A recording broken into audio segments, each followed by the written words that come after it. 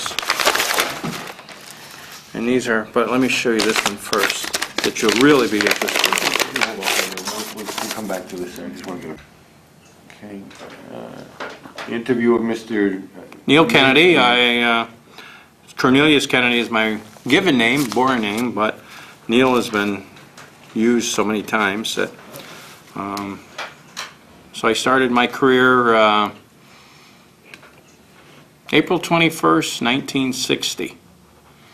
And I started at 112 State Street in Albany, New York. The entire Division of Military and Naval Affairs was all housed in one building. It was called the Standard Building. And they were located on the 2nd floor, the 7th floor, and the 13th floor. Of course, today at the Old Niskayuna Road Latham facility, it's quite large and it houses a lot of people. And but the entire Division of Military and Naval Affairs was at 112 State Street. On the 13th floor was all the high brass people, and 2nd floor was your construction and maintenance people, your 201 folder records section, and facility section, and the mailroom where I worked out of. And so I started off as a mail clerk, working with Colonel John Grant, who was my supervisor at the time. Also worked with a gentleman by the name of Andy Guerrilla, Larry Tuziant, and what our job was there was to all the mail would come into the mailroom, and we had to open it up and distribute it to various offices throughout the building. We had to have a security clearance.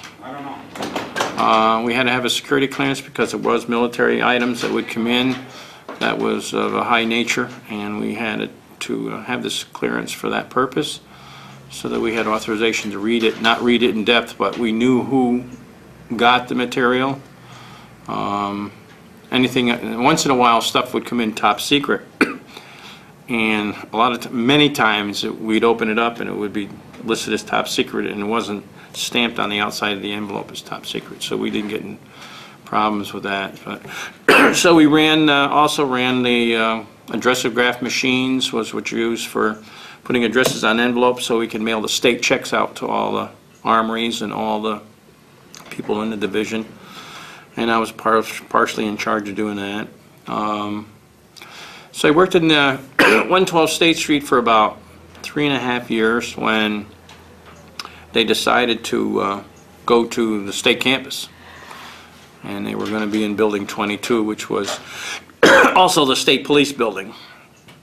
And they moved in there, I don't quite know the year, but I'm sure we can find that out. Somewhere's in around 66 maybe, somewhere's in that area. And so anyway, we moved there for quite a while. They were there for quite a while when they decided to build their own facility. State police wanted more room, so they were kind of kicking us out. So then we went to they went to the new facility, and a job opened at Washington Avenue Armory. A gentleman had passed away, a guy named Jim Bowen, who had passed away, and so I was a grade 3 mail clerk, and that was a grade 5 state job. My mother didn't want me to do the job because she says, I don't think you should be cleaning toilets. I said, but at that time that was about a $1,200 raise a year, and that was a lot of money in them days. Mm-hmm.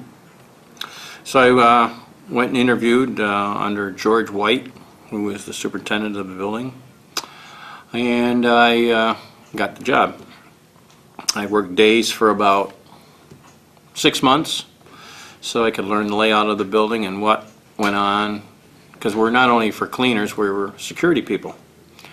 And we were a 24-hour day, 7-day week, 365-day position there. When it came after my about 6 months of training, and knowing what goes on in armories, they had a bit of tricks. Tricks were made up of people who work various days, various hours, and I wanted the 4 to 12 trick, which was 5 days on, weekends off. And I couldn't believe I got that position because most guys want weekends off. So I got that position, and I was basically a security person. I didn't have to do any cleaning because I was security of the door, make rounds every 2 hours. I had a clock, and we had 11 punches in that armory. So I worked at that for about 11 years at Washington Avenue Armory. And then a promotion come up for Armory Superintendent. And I've tried numerous times to get it. Did a lot of studying when I was at 4 to 12. I used to read all the regulations and read all the books so that when I went for interviews I would be able to answer all the questions. So I finally got a position at New Scotland Avenue Armory. Was superintendent there for about 2 years. My wife took ill. She had arthritis very badly and required me to be home more than I was. So a position opened up here in Saratoga, and so I came up here, took a reduction in rank, reduction in state position, and I come up here, again I don't know the year, but I can get you that information.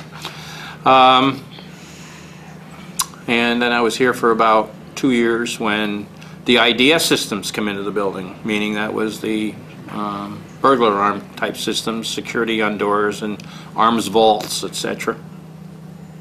So that eliminated 2 shifts. That eliminated the 4 to 12 man and the midnight man. So you only need people on days. And they set up the alarm systems here. We were trained on that, how to turn them on, turn them off. And so that left a few people that had to be transferred to other facilities, which then I was transferred to Troy Glenmore Road Armory. I was transferred there as a state employee again. And that was superintendent was by the name of Vincent Lombardo.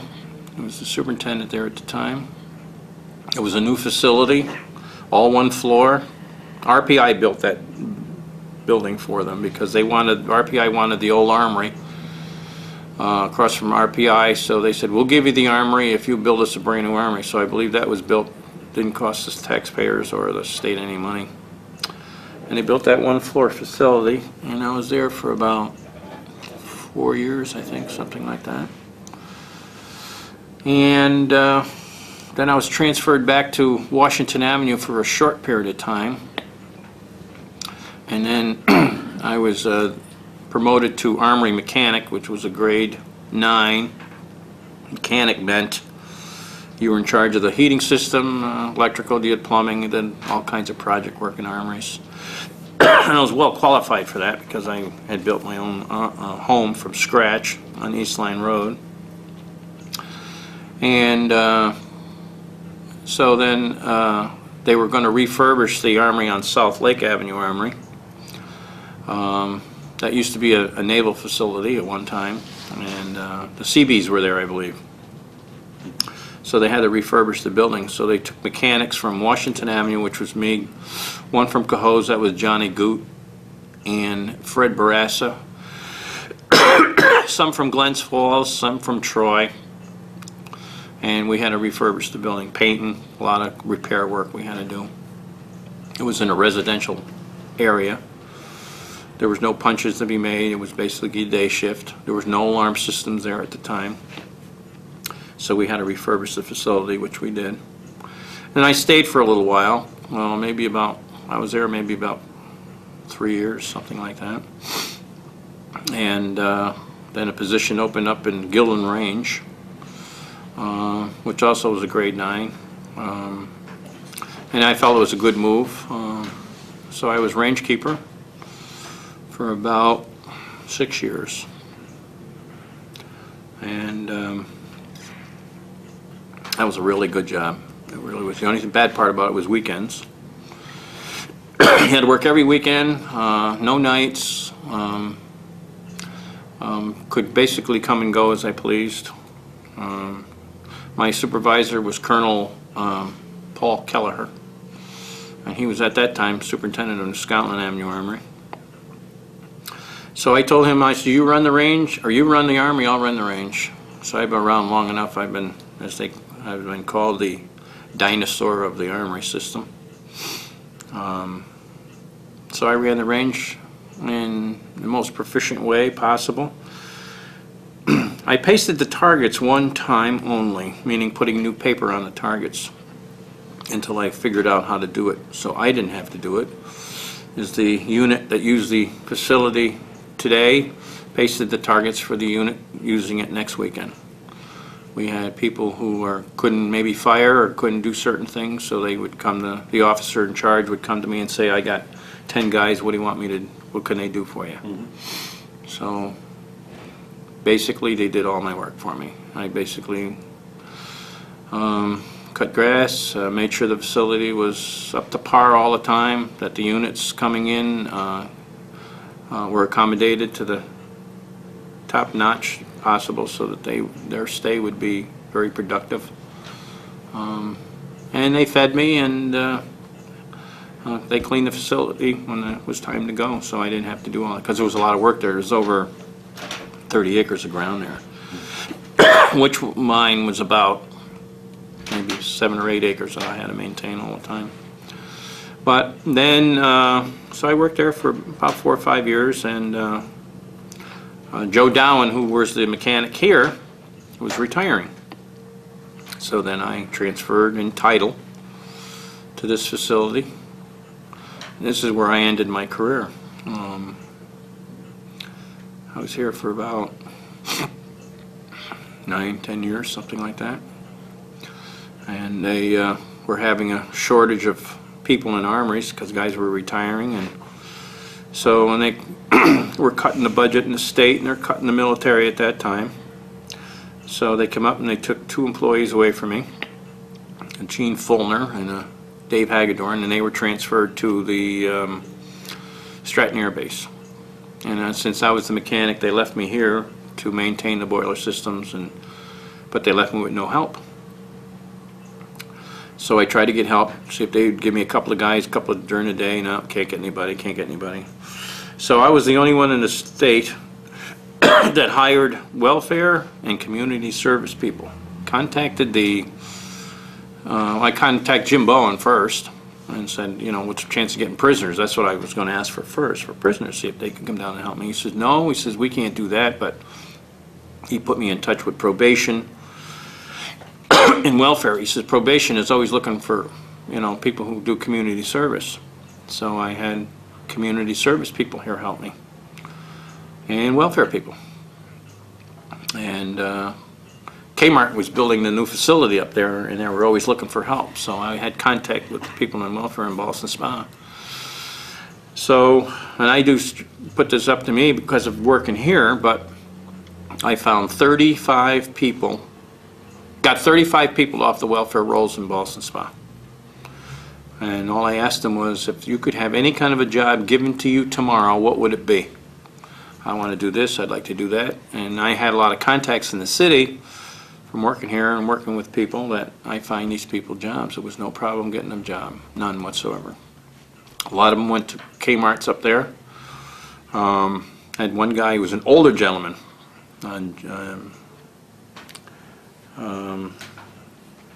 Bill Zorn. He used to be a plumber steam fitter with GE, and he was a plumber by trade.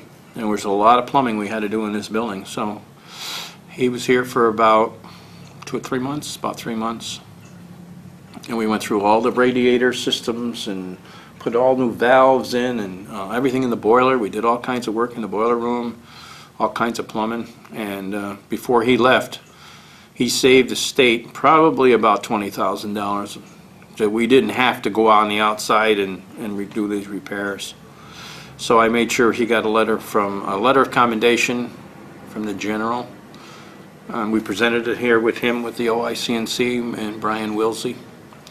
Guy almost broke into tears. He says he never had anybody appreciate him that much because he just never got that kind of an award. But Bill Zorn was a super nice guy. You knew my father. My father worked in the turbine department in General Electric at the time, and well, before that, of course, but he knew my father. And so Bill and I became close friends. I had one other gentleman who was a mason's helper. I said, can you do lay brick? He says, yeah, no problem at all. So on the left-hand corner of the building, and I'll show you when we go out, where it was all broken away, was going to cost $8,000 to have a mason come in and fix that. So I brought him over there and I showed him what I had to do. I said, do you think you can repair all that, take all that brick out and fix it? He said, yeah, I've done that before. So I said, well, I got to call Saratoga Masonry and see if they got the same kind of brick. Because we needed ones to go inside the window where it's rounded. Well, you can't buy that brick anymore. So you have to have it made if you want to do something like that. So I called Saratoga Masonry and they didn't have the same brick. And didn't have the ones with the round bullnose, they called it. And so we said, geez, there's a place in Albany that handles that kind of stuff. So I called down there and told him what I was looking for. And the guy happened to knew his bricks. So he says, yeah, he said, we got a whole pallet of them down here. He says, the guy come in to buy them and he paid for them. He says, we tried contacting him over a 4-year period now. We just can't seem to find the guy. So he says, if you want them, you can have them. So, oh, we'll sell them to you. That's what he first said. I said, okay. I said, how many bricks I need? I need do you have the bullnose ones? Yeah. We have some of those too. So I said, okay. I said, well, send me up what you got.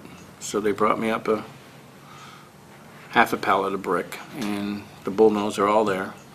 And I said, I need the red dye that goes in the cement so everything has to be the same. So this guy delivers it. Comes up in his small pickup. We unloaded it, and I says, now, send me the invoice and we'll pay for it. So then it was about maybe a couple of weeks go by, we needed more brick. He says, look, he says, I got the rest of the pallet. Why don't you take them? He says, because we're only going to throw them away. So he sent a truck up. And then he stopped by one day and he was looking at the work. He said, geez, that really came out nice. I said, when are you going to send me the invoice? He goes, we're not. He says, I played basketball here when I was a little kid. And he says, I think this armory is beautiful and I think you're doing a heck of a bang-up job. He says, the cement, well, we had to buy cement too, special cement, and the dye, and the bricks. And he says, you can have it all for free. So he donated it to the armory.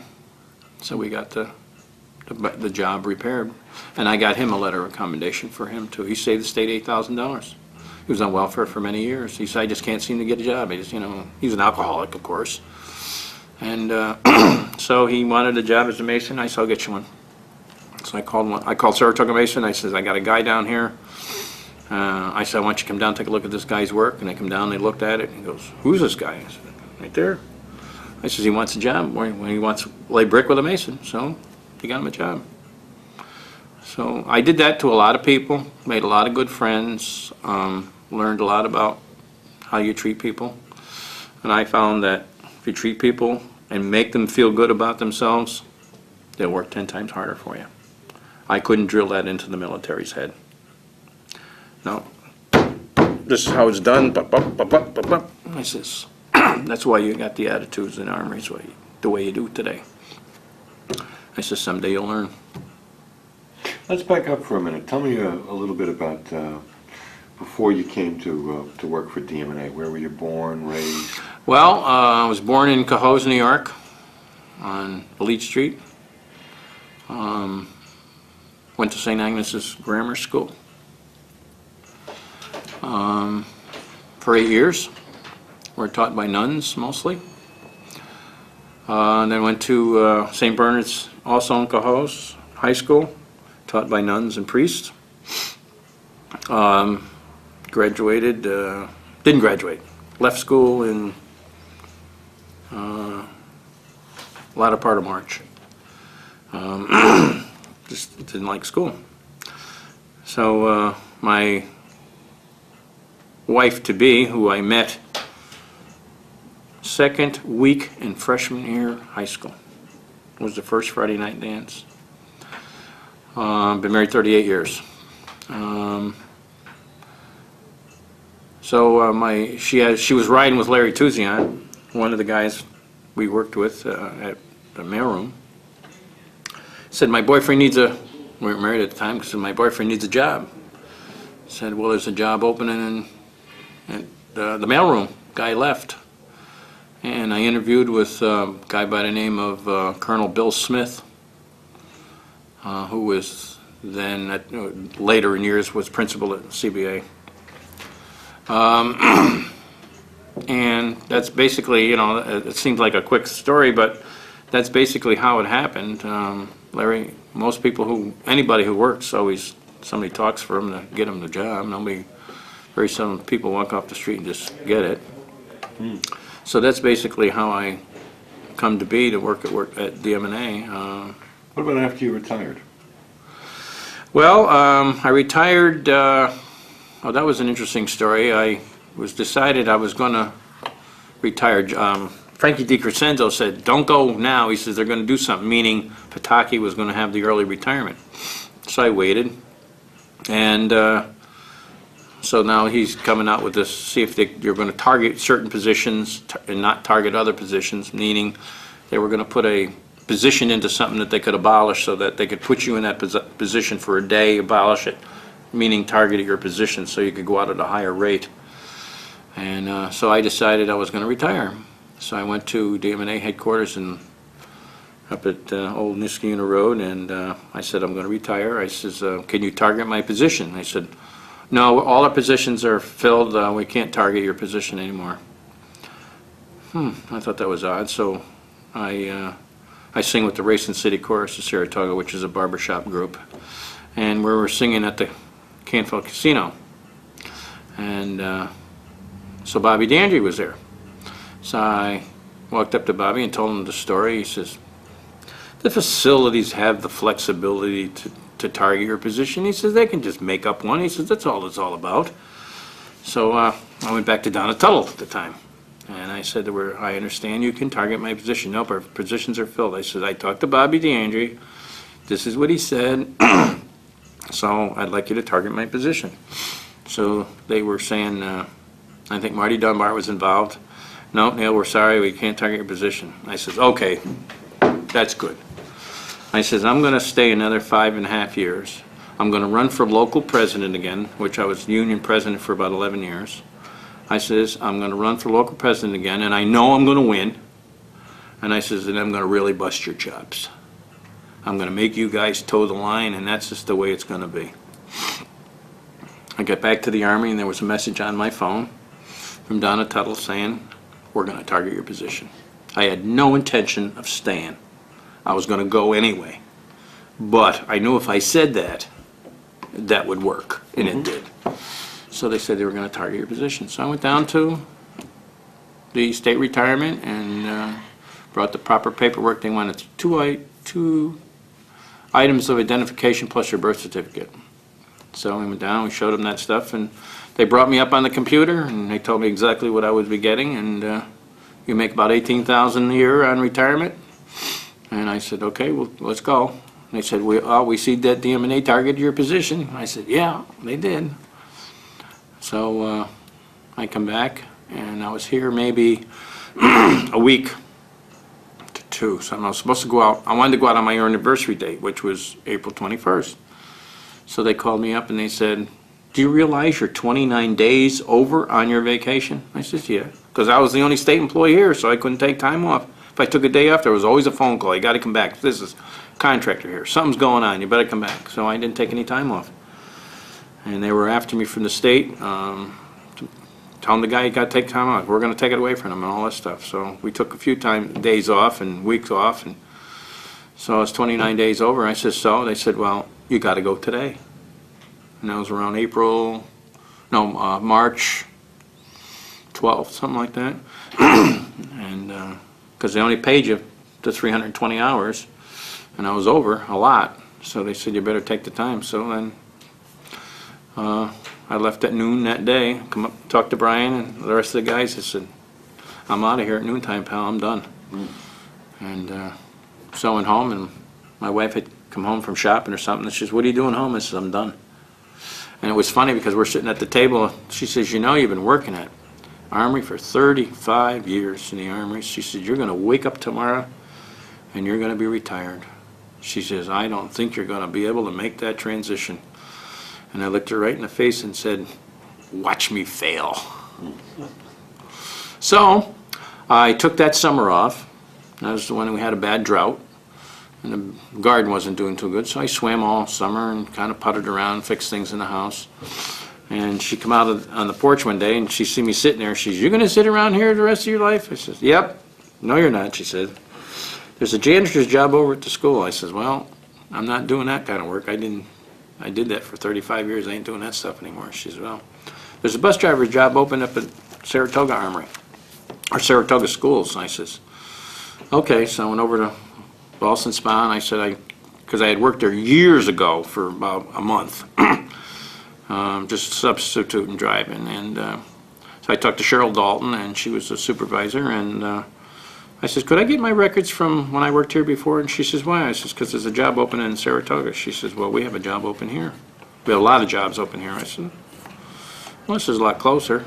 So I interviewed for the job and got it. So the fall of the fall of '95, I went to work for Ballston Spa School District. Went through the summer and the rest of the summer and trained and took my road test, passed it, and been there ever since. It's a really good part-time job.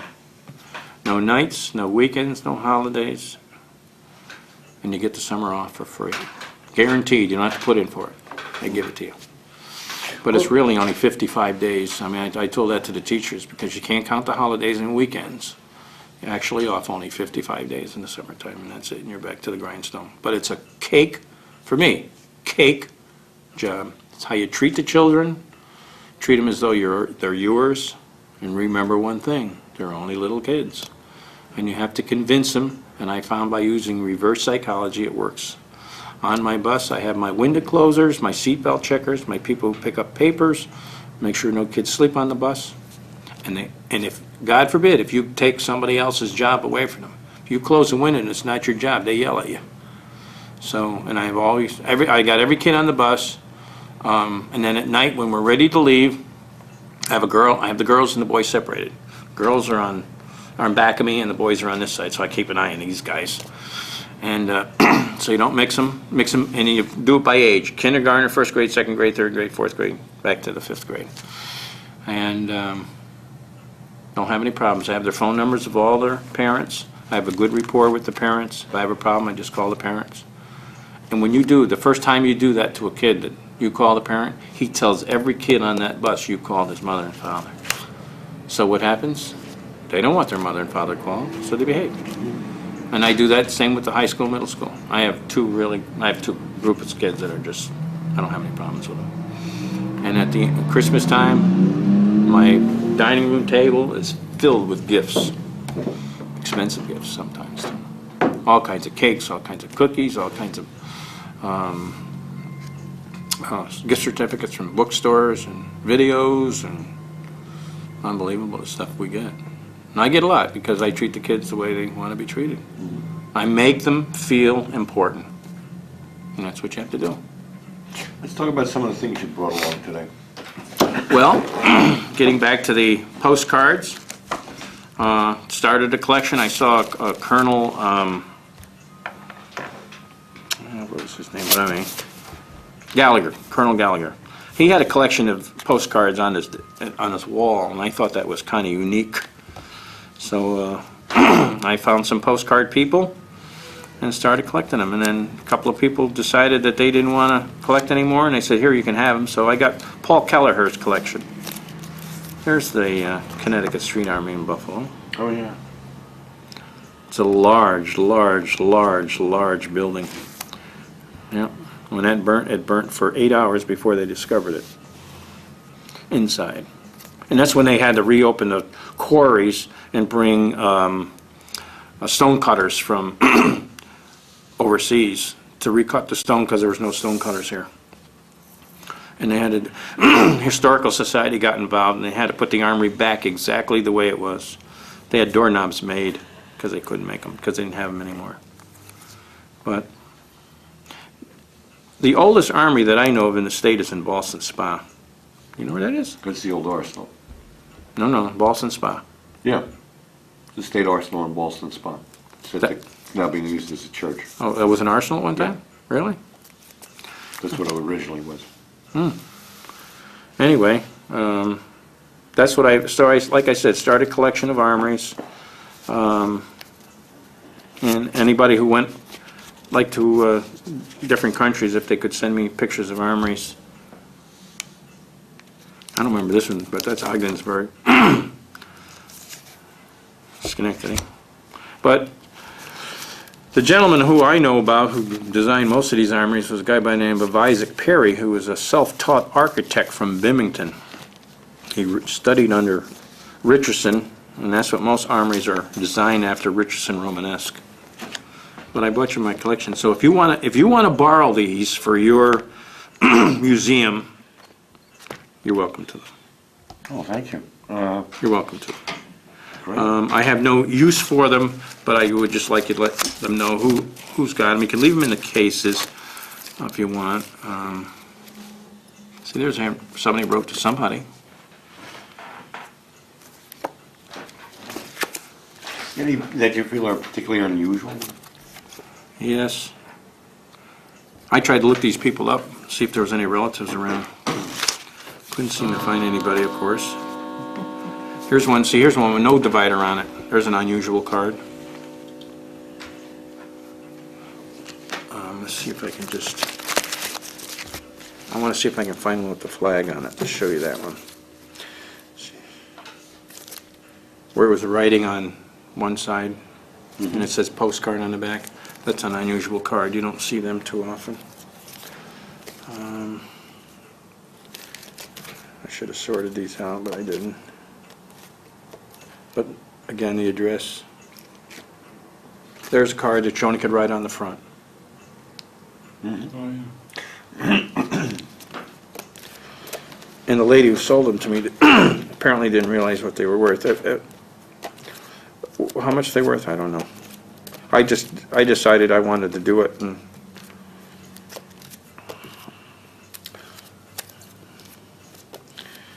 but I thought it was a unique thing to do. Postcards are, if you go to shows, you can pay as much as, there's Washington Avenue on there.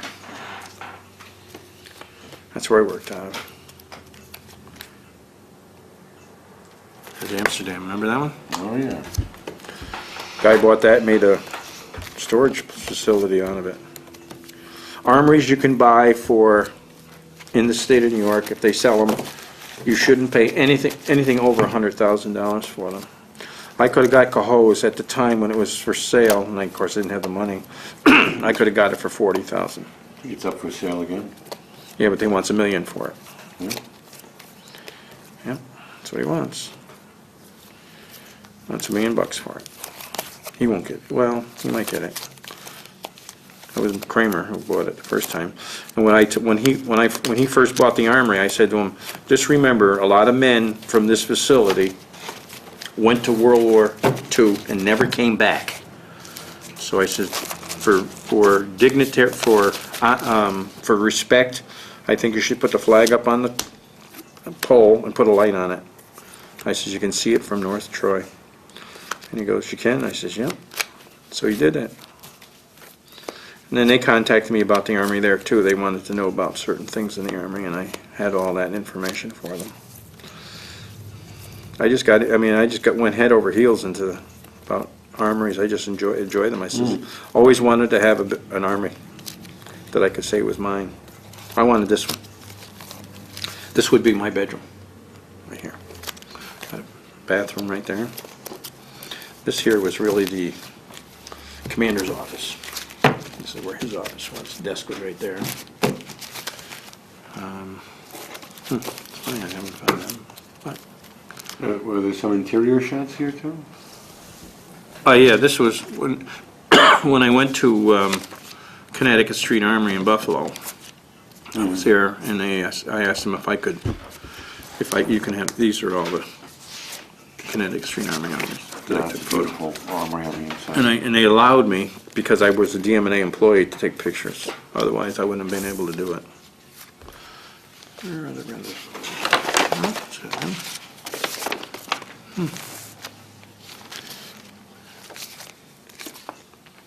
Surprised I can't find the one with the flag on it.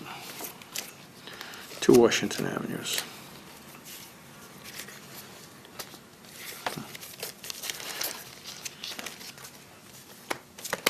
It's funny, I can't find the flag. Do we have the flag? No. Well, I know I have it. I just because I have seen it. That's odd. Gloversville. See, now Gloversville looks a little bit like Amsterdam too.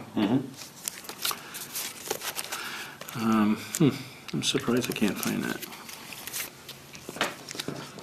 Got 5 minutes left on this one. Okay. Well. So anyway, well, I'll try to. I know it. Try to head. Empty. They should be here, but anyway. So what else would you like to know? Well, what are these?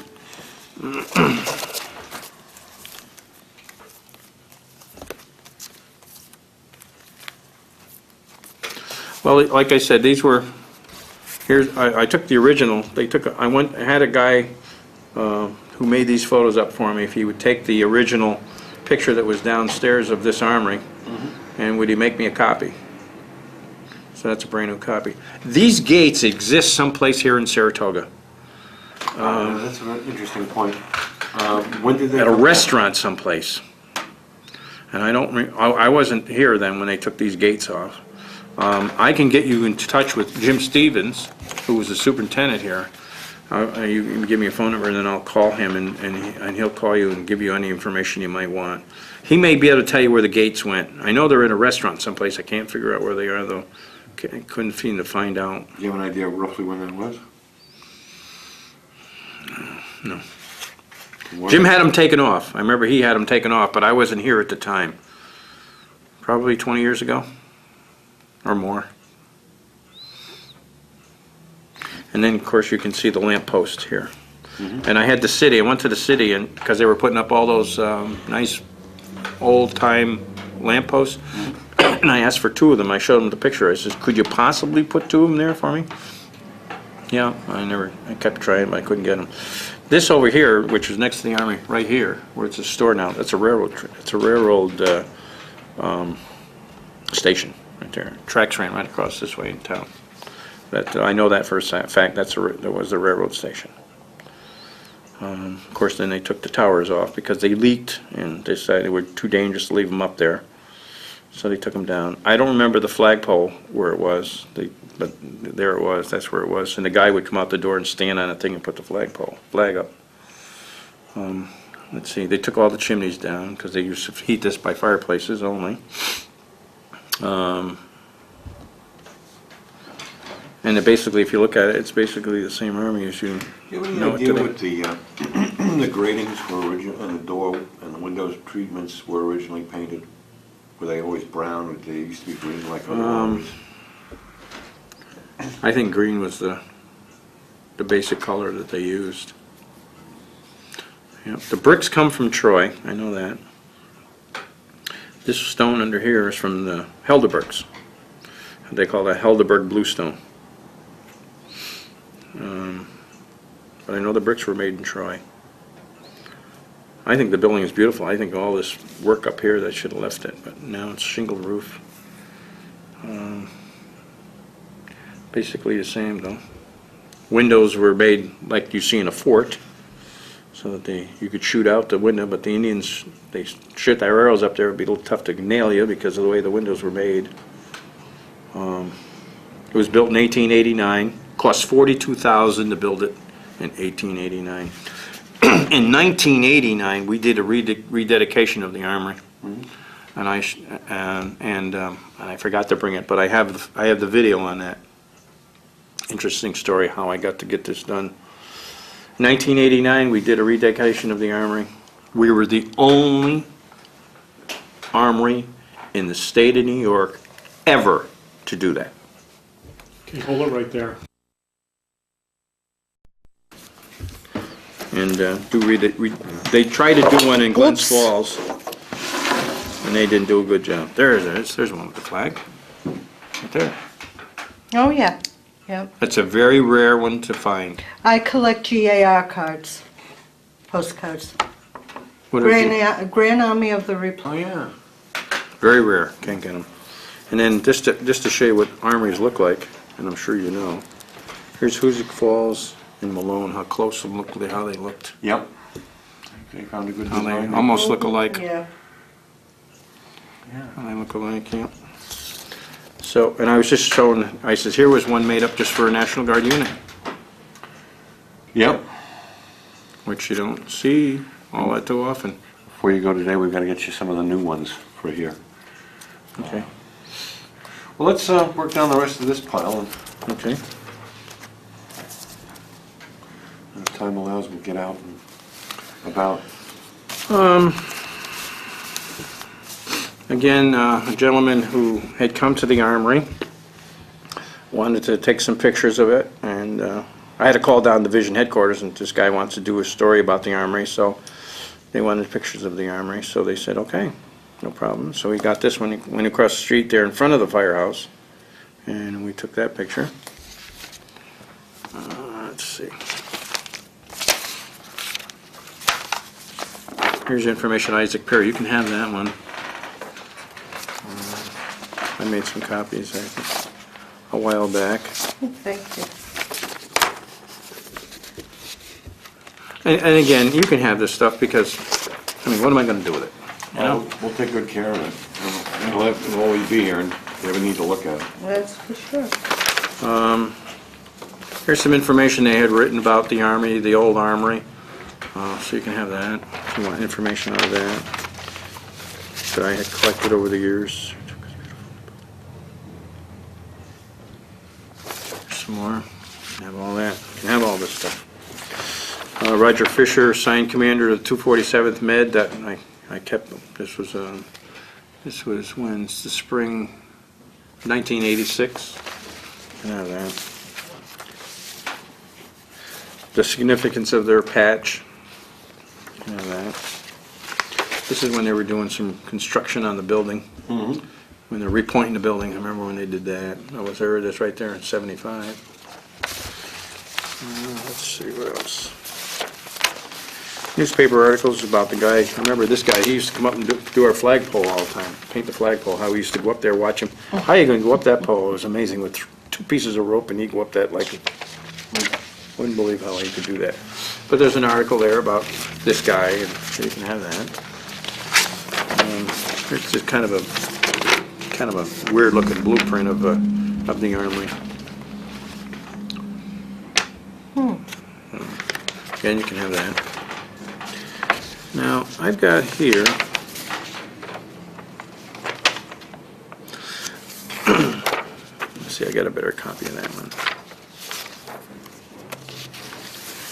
This is about the various architectural stuff in the Armory, what it's called, and you can have that.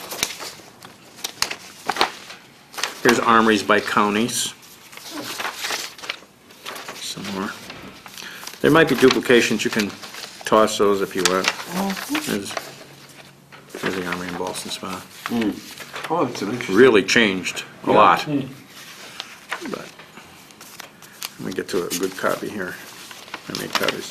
I've got a copy here of all the armories that were built, the square footage of the facility, and when it was built, and who designed it.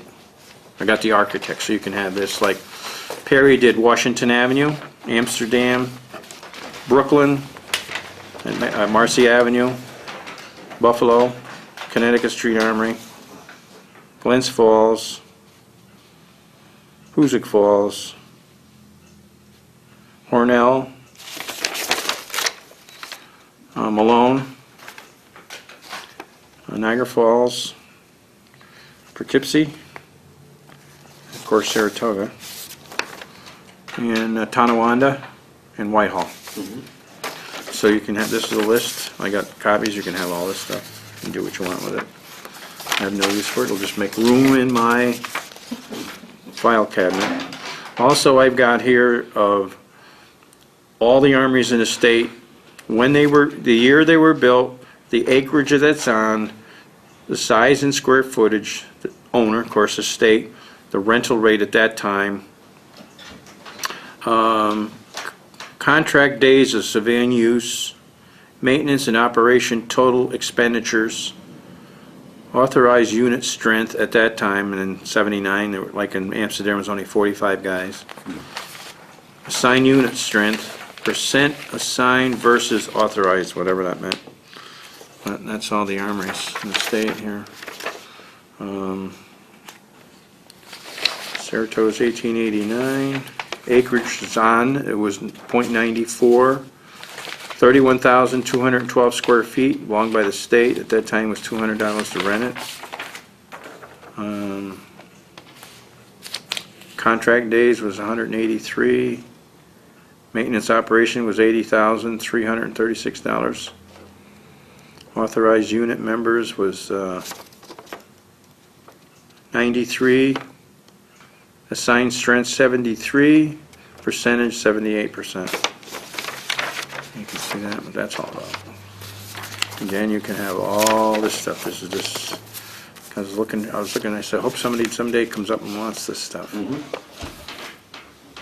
This is another stuff on, that I drew up with all the different nomenclatures of stonework. Here's the guy in the flagpole, they got a picture, got him up close.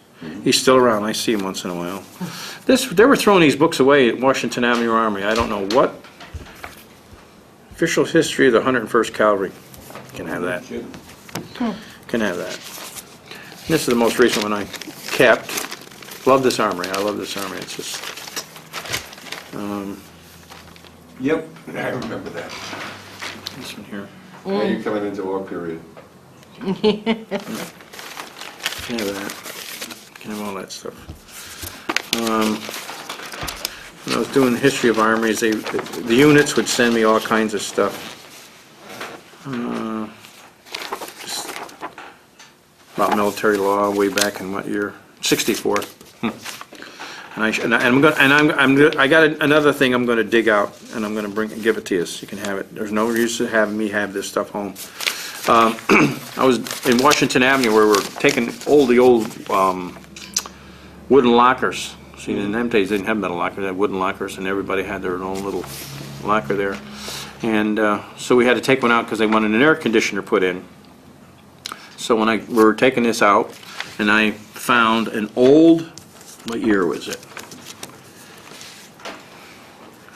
1914 maybe, something like that. A magazine. It was folded up and happened to be stuff there. It was in mint condition, no brown, nothing. And so I'm going to dig it out. I got to bring the video up. Now, let me tell you how we came to do this rededication of this armory.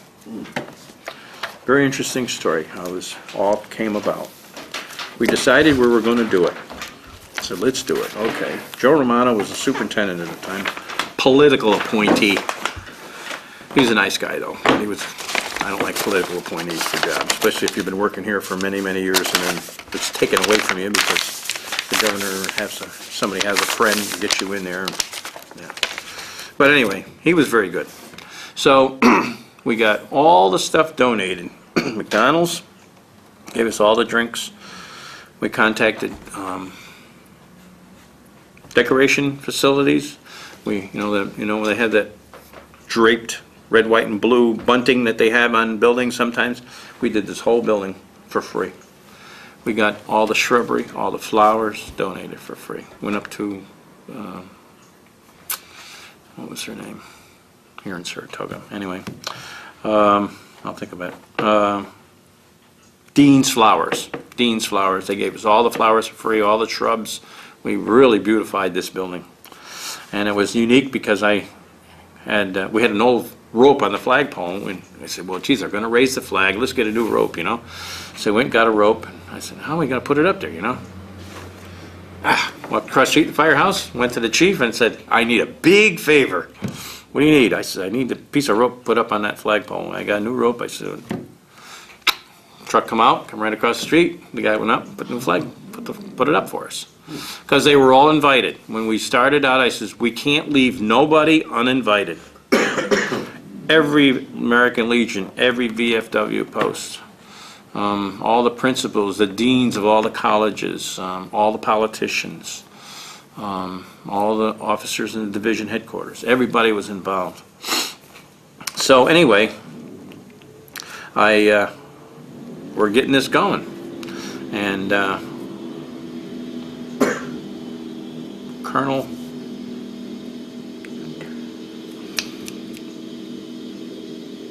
what's his name? The General Flynn's son-in-law. What was he? Yaw. Colonel Yaw called me up and he goes, "What's going on? I want to see you." So I had to get down to division headquarters. Walked in his room. He says, "What are you doing in the armory?" I said, "What do you mean?" He says, "You're having a rededication of that armory, right?" He says, "Yeah." He says, "Well, I'm not going to be able to be there on that day, so I want you to cancel it." I says, "What?" He said, "I want you to cancel it." I says, "Okay, this is what I think you should do. Go up to the front office where your father-in-law is, and you tell him you're going to cancel the rededication because you're not going to be there." I said, "You go up and tell him that. I'm not going to do that." I said, "I'll wait for you." See what he says. He didn't get out of the chair because I knew he wouldn't. Coward. But anyway, he, well, I want to know what's going on. So I says, okay. So I brought him all the information, what we were going to do and how we were going to do it, and got a sound system from the college up there. Couldn't get one. Called division. A lot of people were against this. They didn't want us to do it. You're always one of them. And so the general called me up on the phone. He says, "Neil, have you got everything all? You got your ducks all in order?" I said, "Sir, we're all set to go." There was a weekend drill here at that time too. So we had an open house. Everything was just cooking. I mean, everything was just flying right in our direction. That was in August, because I went down to the air show was going to be at Schenectady Airport.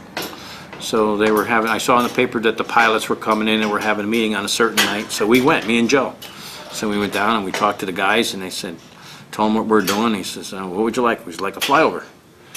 Jeez, he says, "We can't do that." He says, "This would have been done a year ahead of time so we get the airspace and all the whole 9 yards, you know. But boy, we'd love to do it, you know." He says, "But, you know, we really can't." So so we left and come back and said, "Now what are we going to do?" I says, "They're coming back from drum, aren't they?" He says, "Yeah." I said, "Well, I know that the helicopter pilots are up there." So he said, "Well, let's find out if we can get a flyover from them guys." So I went down the division and I talked to some black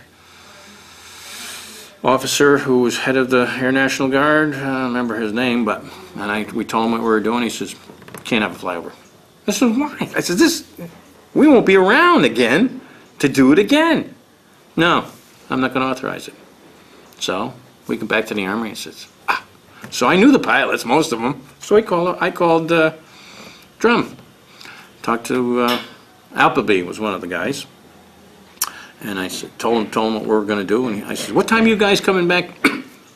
I said, "Where are you going to fly out of?" He said, "We're coming out of Drum." I said, "You going to fly over to Saratoga?" "Well, yeah. We got to go to the air show.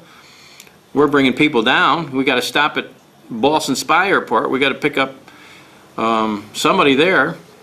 Didn't know that he was going to pick up the general, but General Flynn. So I said, "This is what we're doing, and we'd like you to do a flyover for us." "Yeah, no problem." So I said, "Okay, you stay away, going to noontime sharp." I said, "You stay out beyond, far away. We'll have a truck on the, a medic truck on the lawn to your radio, and as we're playing the national anthem and raising the flag, we want you to fly over." He said, "Okay, no problem." He says, "How many do you want?" I said, "How many can I have?" "How many do you want?" I said, "3. He says, "Okay." I says, "Now," this was funny. I says, "How low can you come?" He says, 1,000 feet. I says, I want it at 500. He says, you can't have it. I said, come on, man. I said, this is a one-shot deal. And one of them are talking back. I could hear him talking. They said, yeah, okay. So we'll do it. It's all right. So we're standing on the lawn. Some dignitaries were talking. A priest who was in St. Peter's, and he was in the Air Force. So he was in like 4 years. So he was really enthused about this thing. We had the sidewalk was filled with people. We had chairs set up with all the dignitaries there. All the military people are outside, all lined up, you know, doing the flag. I called Bobby DeAndre and see if he could give me a flag off the Capitol in Washington that we could use. So he got me one. And so it was a special flag. So we're getting ready, and General Flynn's up there talking a little bit, and then he said, we're going to have the flag raising. So then, apparently, somebody got their signals mixed up because 3 helicopters came from down there, came across. We're hooking up with the guys out and back, and they were in formation of a V like this. I think there was 12 of them, maybe, in a nice big V like this. So we got on there, we started the flag up. We couldn't get an orchestra, so we had the Marine Corps band play. We had a recording. We started it up. I signaled to the guys, and the flag is going up, and the national anthem is playing. Everybody's salute, and of course it drowns out the the music because they're low, right? And it was funny because Flynn is standing there like this, and I can remember him looking. You know, I'm standing off to one side, and the helicopters come over, and I look up, and you could almost feel the breeze coming from the propellers. That's how low they. I think they come down a little bit. I think they were maybe 300 feet because it seemed like they were awful low. And he come over, and it was really loud, and I could see the general go, look up like this, you know. And they went down, then they come back. And then I said, they're going to come back one more time. And I said, one of them is going to go to the airport to pick you up. I said, I got a police escort here. We had a police car. I contacted the police. They're going to take you physically right to the airport. So there'll be no, boy, he said, you really got your shit together, aren't you? I said, we covered all the bases. And the cop car was waiting for him right there. But the funny part about it is when they went back this way for this, they went 1, 2, and then I didn't hear them. So I said, well, okay, 2 is enough. Then I heard them coming. Well, they must seem like they were 100 feet off the ground because it was loud. And then as they go down, like as they were heading down, we could see it, and then you see one guy just peel off, and he went over to the airport for picking up the general. General came to me and said, you guys really did a fantastic job here. He says, I'm very, very pleased that you did a good job. We left the chair open for you all. Oh, and I said to you, he says, well, we won't be back Saturday. I said, we'll leave early. Well, the officers do. I said, you can leave early. So I said, fly down on one of the helicopters. They'll come down and drop you in the back if you want. Well, he never showed up. But anyway, so then the general come out. He got in the car. The way he went, he got to the air show. Everybody was happy. We filmed the whole thing. I couldn't film the helicopters because there was a guy, because I was there, and I was doing some because I was under the trees because it was really hot day. It was about, the day before, it poured. And I said, St. Jude, give me a good day tomorrow. We need it. And the sun, it was still kind of wet and kind of overcast. And the sun come out around 11 o'clock, and it was turned really hot. It was probably 90 that day. But we had all the Armory employees and all the guard units, and everything just came off with a bash. And we had all the kids here, and McDonald's, and they come in and supplied all the hamburgers and everything. And it was all for the kids, everything. It was a fabulous day. And it was just, everything just came off really good. So, you know, I had a lot of love for this facility, this Armory, call it, and did a lot of work in this building. When we were here, this Armory was spit shine all the time, all the time. Jim Stevenson ran a tight ship here. He wanted it cleaned, and we cleaned it. But the one thing I'd like you to do is take all these ceilings down, all this wood off. Well, Beautiful plastered buildings here. Yeah. Beautiful architectural, there's beautiful moldings up there and everything. It's just, because that's what I do if I owned the building. I would have taken all this stuff out of here and fixed it. Maybe we should start with the time we have left, move around the building. Okay. Well, we may have to take. But again, you can can, I'll will these to you, probably. I don't want no money. Since you're making my facility into a museum, it's my facility, it's not yours. It's not the state of New York, it's mine. You can display these as you like. Again, they're home in my desk drawer, and when I knew you wanted me to come up here, I said, I know where I'm gonna put these in good use. So they're yours. Thank you. They're yours. You can have this one too. We didn't talk about, what's this particular thing here? Well, this is just, what was this one about? 1889. Apparently, this is just something that I had picked up someplace. That was just a picture of the Armory that somebody had sent me. I don't know the significance of the sleigh or whatever, whether it was 1889. It's in the Saratoga Library files. I have no idea what that has No to idea. do with anything. No idea. But blueprint, just like she said, it was in someplace in the. It's not a very good picture. Kind of blacken things out. I don't even remember where I got it.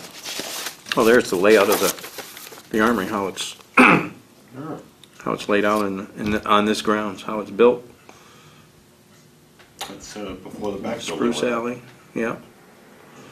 Yeah. See, that was a road there at one time, and then they changed it and built that garage out and back. Roger Julian, he was well,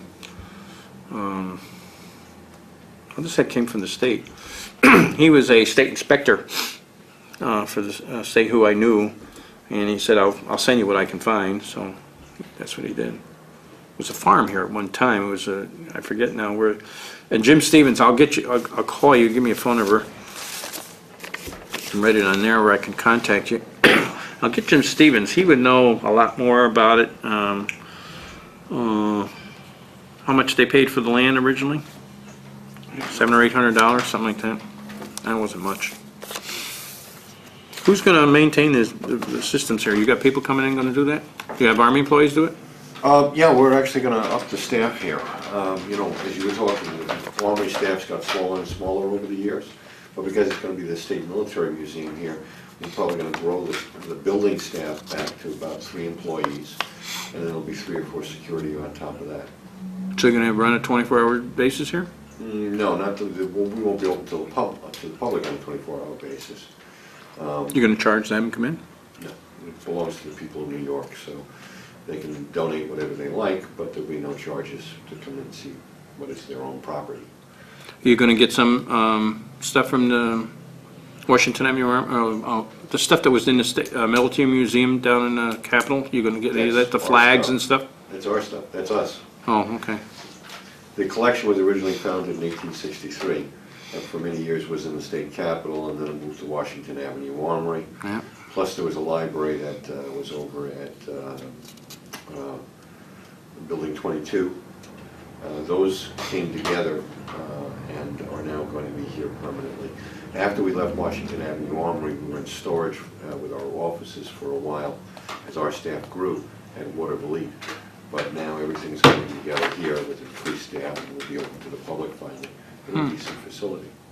Did you know anything about the library over at Building 22 or before when it was over in State Street? Do you remember anything about that? Library for what now? We had a library, DMNA had a library of old military history books and the like. It used to be down in Building 22, it was down underneath the blast door, Yeah. the basement. That's actually, you'll see it, or what's left of it, when we go down to the basement. It's being moved up here today, over the next few days, I suppose. Okay, well, let's take a walk, I guess. You can have all these pictures. Oh, that's wonderful, Oh, thank you. thank you. Northern Armory has it. That's it right there. We used to, it was a bear cleaning that every year. Wait, you get this okay? Yep. Just remember to speak loudly because of all the background noise. Tell me about the window gratings. Do you recall them? Were they always brown? Were they once green? Or? They were once green, and then they decided to well, the way the grates were originally was there was no cross arms on them. They were all just straight up and down. So they wanted to make it more secure by putting those cross arms on there because of the high risk of terrorism, and the other thing was when we had all the demonstrations here from Vietnam and stuff like that, so they decided to beef up the security of the windows by putting the crossbars on them. And what were the demonstrations? Tell me about those. People who were against the war, they'd have people lined up here with all kinds of signs and stop the war and all that stuff. And they used to picket mostly Washington Avenue Armory. But How big was the crowd when the probably demonstration? around 50 people. Yeah, was it a regular event or? Every once in a while, if we used napalm on the enemy and we scored really big, then they would come and say, you shouldn't put napalm. Give the enemy a little chance, give a little shot. And they'd always try to interview you. Are you against the war and all that stuff? And so we're there. And the bluestone was repointed? It's never been touched. Okay. That I know of. All the years I've been here, it's never been touched. What about the entranceway? You were talking about before the gate was gone? See, this is where if you look, you can see where the metal things are right here. That's where the gates were mounted, right here. Here. And on both sides, and they come in, a guy with a torch. That's what Jim told me. The guy came in with a torch and just come up. Were they green too originally? Yeah. Yeah, military green.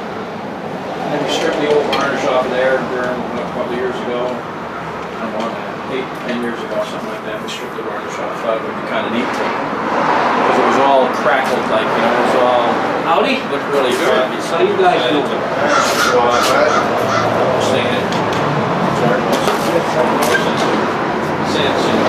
Any other changes to the entranceway? No. I put a light in. They put a better light system in because they wanted to work off the timer, the timer right there, or the electric eye. Do you recall what kind of light was there originally? No. It was just a like little floodlight like you see there. There's nothing too bright. Okay, what about the doors? Were they green too originally? Yep. Yep. And they decided to just change the color. They painted green all the time, and then they decided to change the color. And this? The ceramic tile was always there. That's original. So is this. So is this. Sidewalk is new. But this, if you look in the old pictures, this curbing not only went there, but it went down the sidewalk too. Along the sidewalk on both sides. And Jim Stevenson had that taken out before I got here, but he had it taken out. Do you know why it was taken out? For cutting the grass, I guess. I don't know what his reason. I guess it was all cracked and was all busted up, so they decided to pull it out. Any idea when the lampposts were? I know exactly where they were.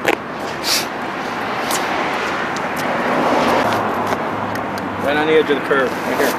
So were these municipal or were they? They were gas. They were gas lanterns. Were they city lanterns or were they part of the Armory?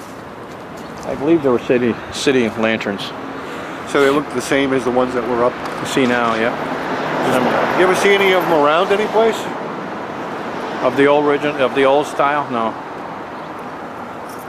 Now what about the flagpole? What do you recall about that? Besides difficult. How often did you have to paint it? Oh, but every 3 or 4 years. Have to contract somebody to come in? Oh yeah, there was only one guy around that did it. The guy in the book. I mean, it was amazing how he climbed up there. It was just weird. Don't know how old this originally. No. Well, it's quite old because as you look up in the center of that window there, that's where the mount was. You can almost see the different color of the brick where that was mounted at one time. Now we know the Montsord roof came off when the battlements went on in 1905. You said that was because they had problems with leaks?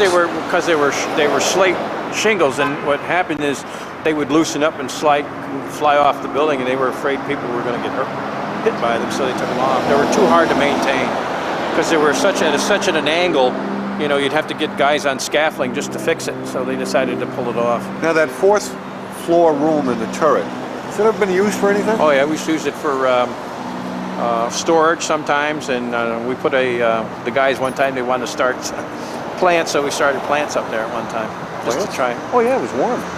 And what about the light coming in? What about the top of the turret itself? We understand that at one point during the 50s that was used as a air raid.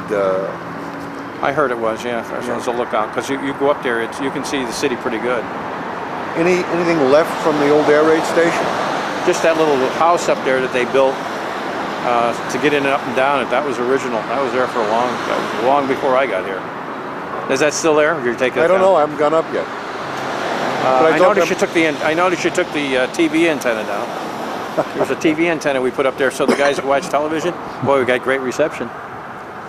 And then, of course, if you look at the tower, the way it's built, when you step the brick out, that's called corbelling. They make the tower at the top because of the purpose of doing it, so they make it wider. That's a procedure they have to do with brick. You got to know what you're doing. You got to be a good mason to do that. A funny story is First Sergeant Wilsey came in here with his truck, parked it right there. His wife was in the truck waiting for him. It was a bad electrical storm. You see up there they got the lightning arresters there at the ground now. They have it. They didn't have that stuff there before.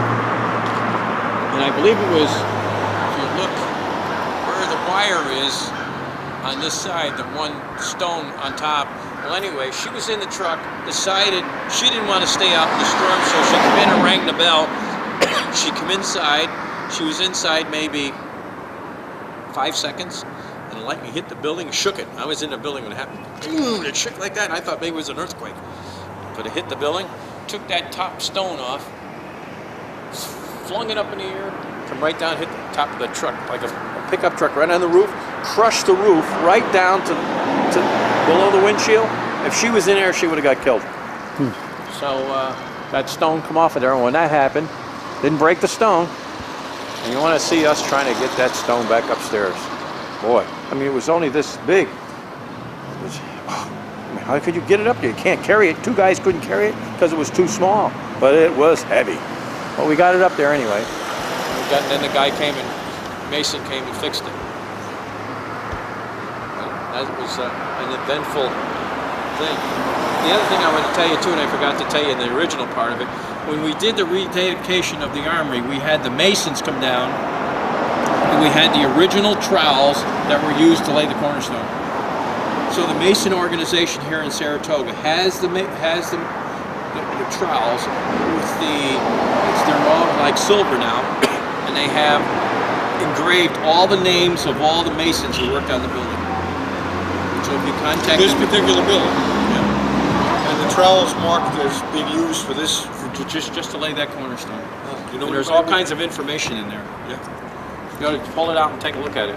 If you go in that room in there, it's the bathroom. You can come through the plaster wall. You probably could get in there and find out what it is. I think it'd be worth doing that. Yeah, we're thinking about it. You know anybody in the Masons or how we can contact I don't remember how we contacted these guys, but I guess we just called up the Masons, and because they were part of our contact, and they were all dressed in their, frilly stuff, and they come down and I remember they had the original trowels. Okay. Anything else you recall about the appearance of the building and the windows? Anything else at the front of the building? You can see they got strong windows on them. Didn't have them on before. And of course the dormer that was put in way before I got here. But at one time, of course, if you look at the old pictures, it's not there. They just reshingled that. They just redid the whole building here a while back. Put all the copper up there and reshingled, and made it, What about the appearance of the grounds? Has that changed much? No. You see the shrubbery and stuff. Everything. Again, if you look at the pictures, it's basically almost the same. Like I said, that curve ran down on that side all the way down on both sides. Goes into them.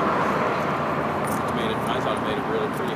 And of course, the sidewalks. These buildings have always been here, as far as you know? Yeah. But that's where the railroad station was, right where that tannish building, and ran across that way, right across where the parting glass is, and ran out that way someplace.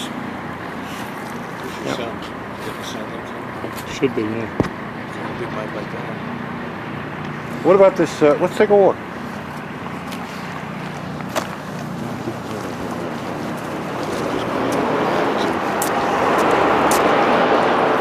Anything you recall about this?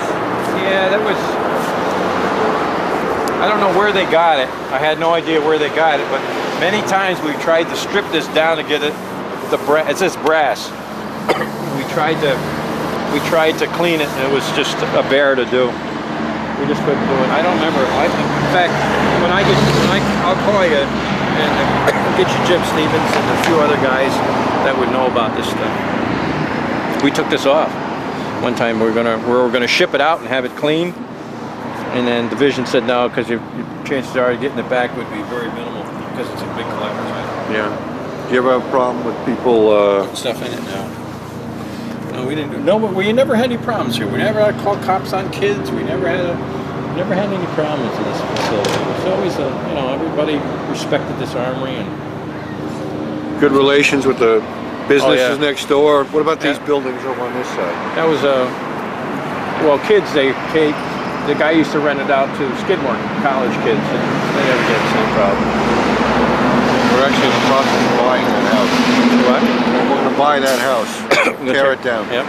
Hopefully that's someday an underground annex for here. We'll be there, and on top it'll be like a Well, see, little they park. had a chance. They had a chance to buy when those houses before they were built. Division had a chance to buy those two houses so they'd have more parking, and they wouldn't do it. They could almost give it to them. They were going to get it for taxes or something, and Division said no, they didn't want to bother with it. Do you remember when that was?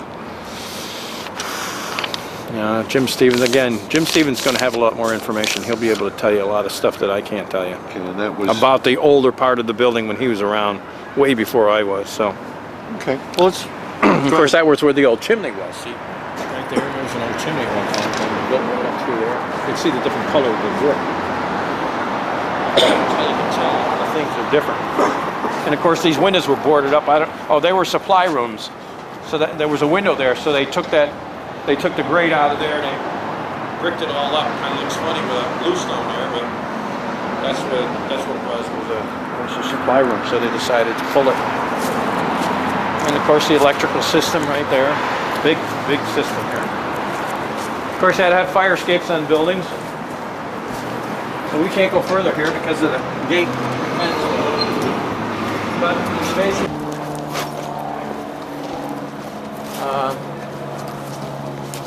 to put screens on. They put them on there, those boards up there. You see the 2x4s on the windows? Yeah. That was because they played soccer here, and they used to be breaking our windows, so we put the 2x4s up so when the soccer ball hit the window or hit the board, it wouldn't break the window. We placed a lot of glass here.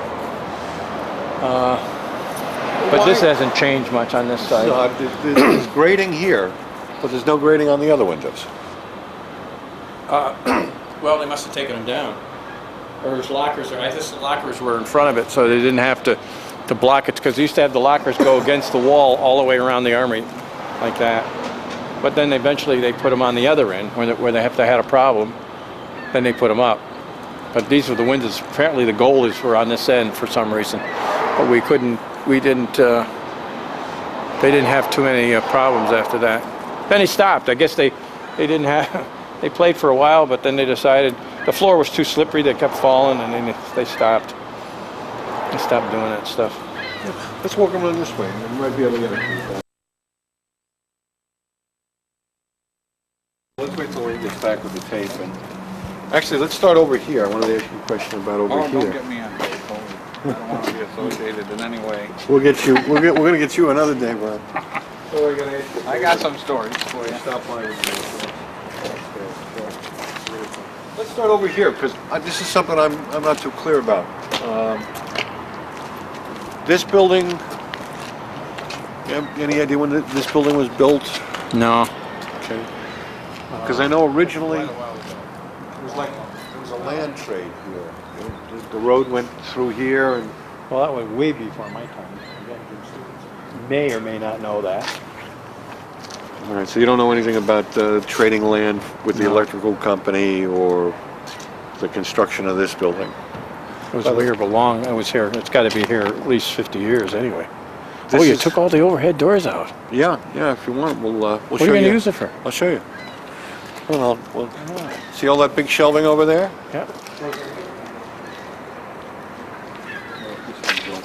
How Gene and Dave come up I don't think you can get in that way. This is where they stored all the military vehicles. Yep. It's gonna be artifact storage now. This was all their garages. Where they did everything here.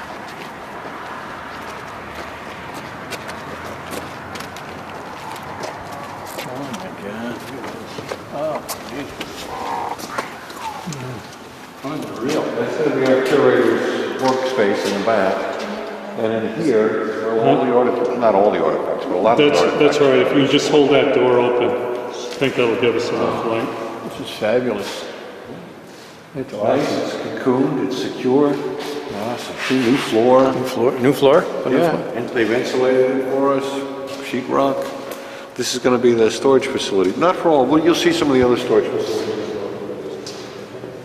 Now, what else can you tell me about the parking lot, the fences? Well, the parking lot first, remember when they dug this all out? They put in, they dug it all out and they put a special blanket down. There's a special blanket underneath the blacktop so that no moisture can come up through the ground and crack all this stuff. And then, of course, this is all, they fixed all the drains. When you have your drain problems, like inside, the water all comes down this way, into here, and goes out that way and out into the street. That's how it's done. Quite a system they put in here. Can't remember the contractor's name, but I can get you that too. But then they put all this in so that we could get in and out. This used to be level. See, this was way down at one time. So you just, when you drove in level. That hill wasn't always there. This curbing wasn't always there. It was just flat. The level was actually where the drain is. That's how far down it is. That's how much fill they brought in to fix it, to bring everything up, to fix it, and fix it right. And that was because of the drainage problem? Yeah. You know where it's like a spring that leads? Oh, that's in the range. That's where the old range is. Water runs all the time. Springs under here. This Saratoga Springs, there's water under this ground. And that's fresh water. You can drink that water. It's just as clear as a bell. We used to keep our minnows in there when we go fishing. We'd be going fishing like on the weekend or something. We'd bring all our bait fish in there, throw it in there, and then go get it early, and then we'd come in, take them out, and go fishing. And this chimney was for an incinerator? That was the incinerator at one time, yeah. I'll show you that was in the boiler room. And they said you can't do that, can't burn no more. The big thing about burning. And the other thing we used to do every couple of years is put the cables up on that roof there for the ice. Oh, we used to have some wicked ice coming off here. When you get thaw and freeze, we had ice come off the roof like that. It would be the width, it would come from maybe the stairs over to the windows. A big hunk of ice, maybe 8 foot thick, you know, just coming down. It'd be just unbelievable. And then the thing is, you used to put the snow slides up there too. I don't know if they got them up there. Did you take the snow slides off? Oh, what a bad move that was. Because what happens is you get 2 or 3 inches of snow on there, or a foot of snow, and then the building is warm, and then all of a sudden you'll be in the drill shed and you hear this noise, sound like a freight train going by the building. That's the snow coming off the roof. Anybody on there get killed. Boy, that's why they put the snow slides up there. Snow slides and the snow guards, these big rails, they were about that high, went the full length of the roof to keep the snow up there, so it would slide down a little bit at a time, You ain't got snow slides up, or snow guards up there? Say you had your truck parked out here, the ice come off, destroy your truck. Bad move. How far out from the building did this stuff fall? No, you can look at it.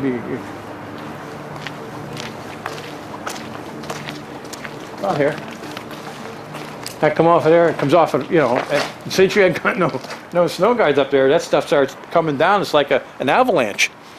I mean, you get, and it gets warm. Don't take long. Get a nice warm day, like maybe 35, and you hear this tremendous noise. I've been out here when it come off. You could hear it coming. When you get over there, because man, it come down big chunks of snow. We didn't have really good plowing equipment either. Now, how about this structure here? Do you remember this going in? Or? This here? Yeah. I mean, the way the piers, you mean? Yeah, and this there. No, that's just support. That was always here. Something about a door had to be put into? Yeah, there it is. That's where they took the window out, and that's when they had the, that sill stone. I got home in my garden, I still got it. Well, you can see how, well, that's not thick. You go out in the front of the building where you see the thicker sill stones out in front. They're about this thick. Mine is about that long. It's about that thick, about that wide. I use it in my garden for a bench to sit on. And what's bricked up over here? That was that's where they brought the oil tanks in. They used to bury the oil tanks out here once. They had the oil tanks were out in here a long time ago.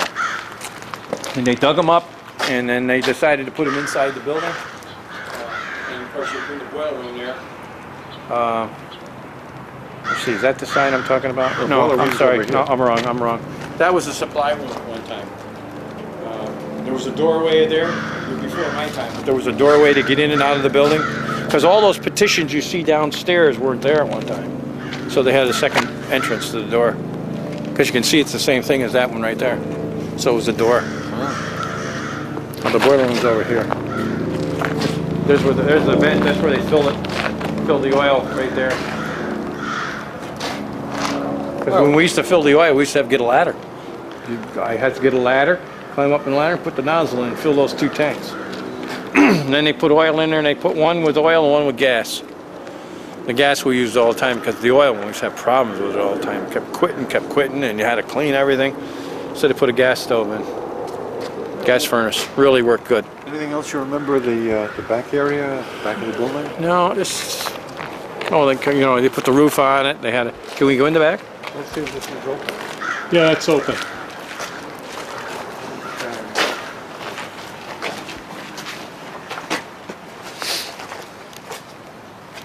See, and then they put drains down there, and they put one down at the other end, drains in here. So when it rains really hard,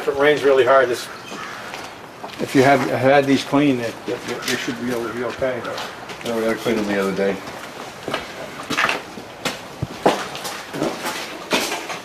And this was originally part of the paint room, which is right here.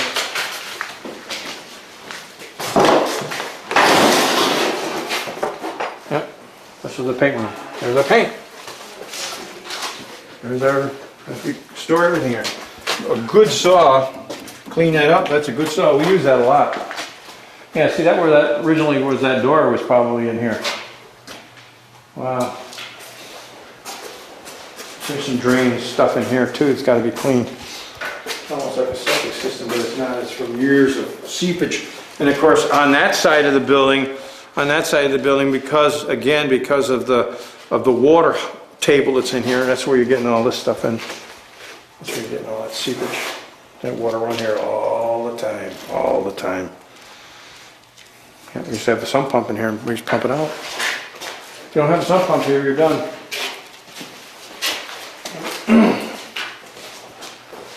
Oh, you got a lot of stuff here. Oh, these things are for the dehumidifiers. They used to use them in the supply rooms and in the arms rooms. They work good. Then when you take that water down, that's considered distilled water. Now you use it for your battery. Wow. See, that was a hallway there at one time.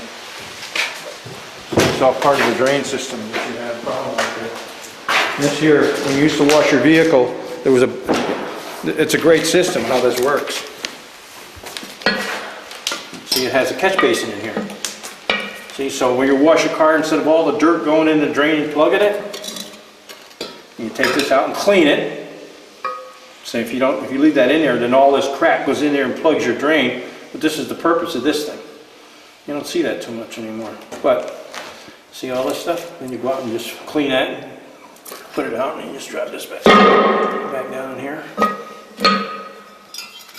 this back. This cracked years ago. And that was the purpose of that. So when you wash vehicles, we used to come in with our vehicles like we'd be on 4 to 12 or midnight, keep your car warm so you didn't want cold to go out and the stuff would melt off, and then dirt would fill up in there, and then you could just clean it and didn't have all that stuff going out in the drain because it goes this way. That's the reason for that. That was an arms vault here. Well, this is the range room, wasn't it? No. This was originally the arms vault, unless you're in here. No, this wasn't the range. Yeah. Range is on the other end. Oh, they blocked it off. Yeah, we made a few changes. I guess you did. Yep. Yeah, okay, this was the range, but let me see. This door is new. You used to enter the range from down there, which we blocked off. That's right. Yeah, whoa, what a noise that would make. Whew. Yeah, we're air protection, or you wouldn't be here for a week. What kind of training and weapons did they use down there? 22s. Yeah. I dug one time, when they had the steel plating in here and all the lead that used to be there, I used to dig that all out and then I'd melt it all down, and guys who like to shoot make their own balls for black powder, sell them to them. They didn't want it, so I took it. Dig it all out. You know, why leave it there? State police used to use it too. This was a supply room that the National Guard used for their oil, grease, their spray paint, stuff like that. That's what it was used for. Used for. Old GE refrigerator, still good. Go to a collector, get some parts of this and fix it up. It's still good. We use it all the time. But this was their military supply room, like I said, their oil and grease and all that stuff they used to store here. Should save electricity, turn your lights off. I mean, that's the big thing with us. Don't leave the light on if you're not using it. Shut it off. Save money. This has changed too. Oh no, this is what I was thinking about over here. This used to be the generator room? Yeah. Yeah. That over there. Now, the emergency generator was here because the basement could be used as a fallout shelter? Fallout shelter. If your heat went off, you could start it up and it would run the boiler for heat. Some lights, not too many, but some heat. Okay. Some. And did you ever have any fallout shelter supplies stored here? No. Not in here. No. No. No, because where they had it mostly was, what I used to see it was at Washington Avenue. They'd have the crackers and the candy and they had the big tanks with water in them. We didn't, and then when they phased it out, then I guess it really didn't click here. It was really for the, see, there's another drain system here for water. Right there. Make sure those pumps, because if your pumps go bad, this place will be flooded. It won't take long. You'll come down there, there'll be water all over the place, you wonder what's going on. Did that ever happen? Oh yeah. How high does the water get? Oh, when it rains, like in the summertime, it rains, like if you get a couple of days of real hard rain, of course the rain, you know, there's a little trough here, see? And all the water, got to keep that clean, because see, against the brick and against the building here, that fills up with water and it comes through the walls, and that's why they put it in there. You got to keep that gutter clean. Keep that gutter, because you got drains on each end, so that the water goes down there, you know, like all the tree stuff. Got to get somebody to clean that. This is where the fuel came in for that generator. And when it did flood in here, how high was That was the exhaust system. How high would the water get in here if there was a flood? Would run, Well, we'd run out there and run, but all of a sudden you'd come down and, of course, you had a midnight man on, you know, if midnight man would come down and all of a sudden the pump quit, then you had to call the superintendent, and well, you can't, we're doing it until morning, because he used to pull the pump, and he used to disconnect it here, pull the pump, we'll go get and buy a new one. We used to buy them up to Allardyce, special pump, submersible pump. And, how long do those pumps last for? oh, about 8, 9 years, this work. Yep. Okay. So all you gotta do is put your hand down there, click it up, see if it works. That's what we used to have to do, click it, make sure it works.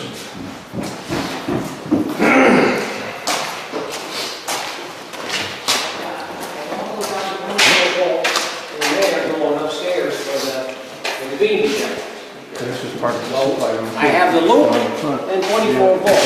Nothing Right through it. Unreal, huh? Unreal, huh? Unreal. Have it opened up like this, never saw. This was This was a classroom. This was a classroom at one time.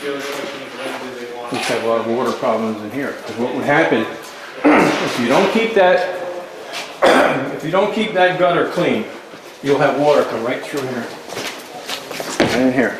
It'll actually come through the, Right through the wall? Because what will happen is it'll fill up underneath, come up from underneath the ground, and it'll seep right out here, especially that corner down there. And you'd have water half full here, about that deep. that's a good thing. Because it's a little bit slanted up, so we take a lot, that corner is low. That corner dips this way, so that really fills up with water. So you gotta, like I say, you gotta keep that clean. You're gonna be in trouble if you don't. First thing I teach anybody that. Get down here, look, I'll show you. You take that one.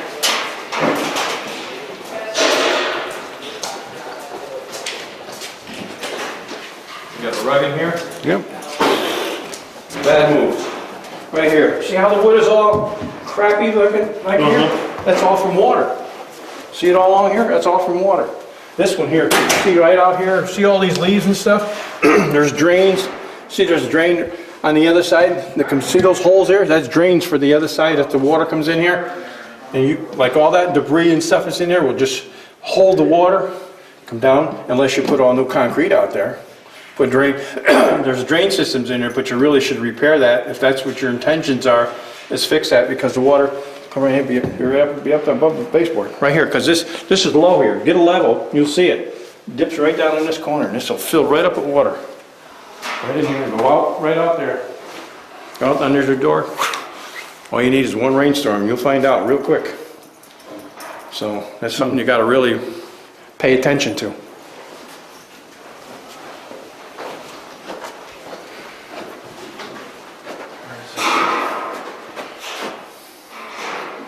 Oh, this is, okay. This was out here. This was here. This was the state supply room. This is where we kept all our light bulbs and stuff like that. There's our shelving. We used to keep all the light bulbs and soap, stuff there like that. That's where we kept that stuff. Now, what was out here used for? Again, it was just for that. This in here was our part of the not heating system, but we had supplies in here too. We used to keep all the mops, buckets, stuff like that. They built this years ago so that they'd have some space in here for that. The old chairs they got in here now, but that's what it was used for. Basically, just supply rooms, small supply rooms for us. And this office here? What was that? It was just a foyer. It was all. It was nothing used here. And out here, yeah, oh, that was. This was enclosed at one time, and I had storage under here. But you've seen taking that out. Yep. Yep, and we had to strip. When we stripped all this wood off, it was all that color. It's all that color. We didn't do it overhead because we had that stuff dripping in your face, and we used to have called Pyrox. It was out of Bisonite company in Buffalo that made it. I don't know if you still can buy it. But we took this off, these down. A lot of the stuff was done in place. We had to make our own scrapers for the wainscoting. We get, you know that tool that has all the little needles in it? Yeah. And we push it up against there, and then we would take aluminum and cut all those little things, make it about maybe that wide scraper to match each one of those curves. And then you take those Pyrox and you paint it on there, and you'd hear it go, and it would peel it right off. And you take your scraper, put rubber down here because it would melt that. Scrape it down, and when you get one spot done, then you take. We use Durtex, same as spick and span. Wash it all off, get all the residue off, and keep cleaning it and cleaning it. And had to do it 4 or 5 times before you got all the stuff off, and then eventually you'd be clean. But it would take you maybe, say, do this section right here. It'd take you about 3 or 4 hours just to do it. It took us 4 years to do the whole building. Long time. Now, was this tile always here? No, before they had the big asbestos scare, we tore it all out and put a rubber tile on.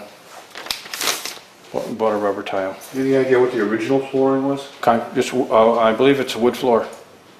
Large plank, small plank? I think it's probably hardwood flooring like out there, like there.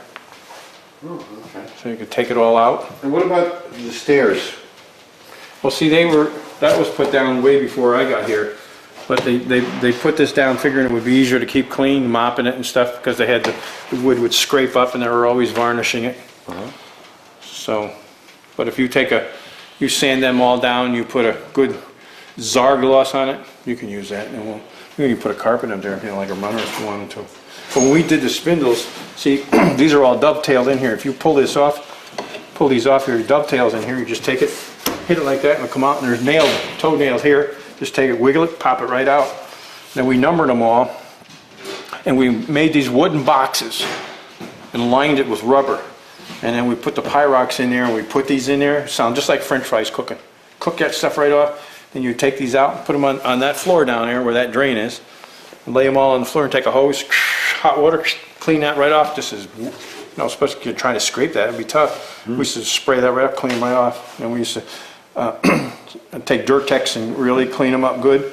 Then we put a Zargloss on them and come back and put them back. We took the railings off, couldn't take the wainscoting off. The big mistake we made is we took those two big entrance doors into the drill shed off. Biggest mistake we ever made.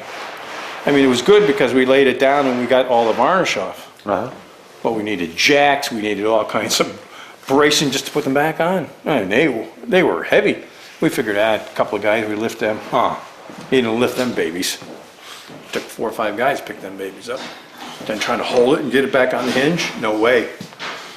Bracing and all kinds of jacks and jacking things up. Boy, it took us about 3 days to put them back on. Remember that? Were you here when the balcony was open? Yeah. Was there Me and Gene and Dave built that. was there a brass rail around that? It was black as far as I remember.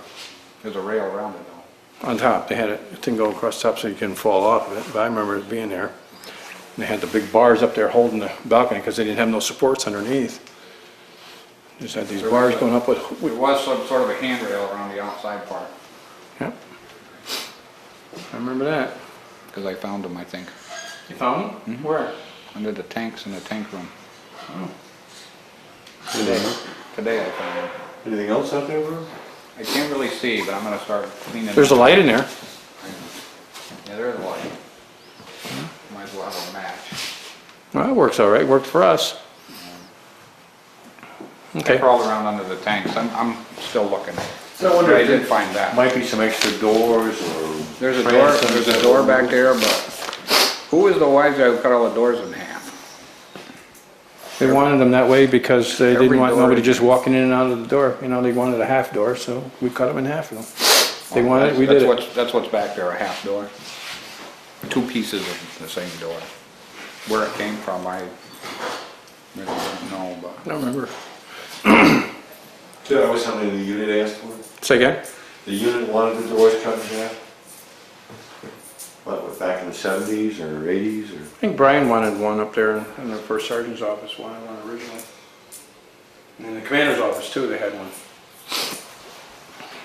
So I just, we were just walking in and out of there. Yeah, every door on the first floor is cut in half. That was just a fly room. This is where, I don't know, what do you store in here now? We store bulbs and soap and mop buckets. If you had to come down and clean every day, that's what we used. Same thing. Same thing? And these are all drains for the, you got plugs for your sinks and stuff. You clean all these, take these out, you have to, there's a tool, we got a tool in there. You can put in there and turn it, open it up, clean them out. Like this one over here, you can almost clean it out.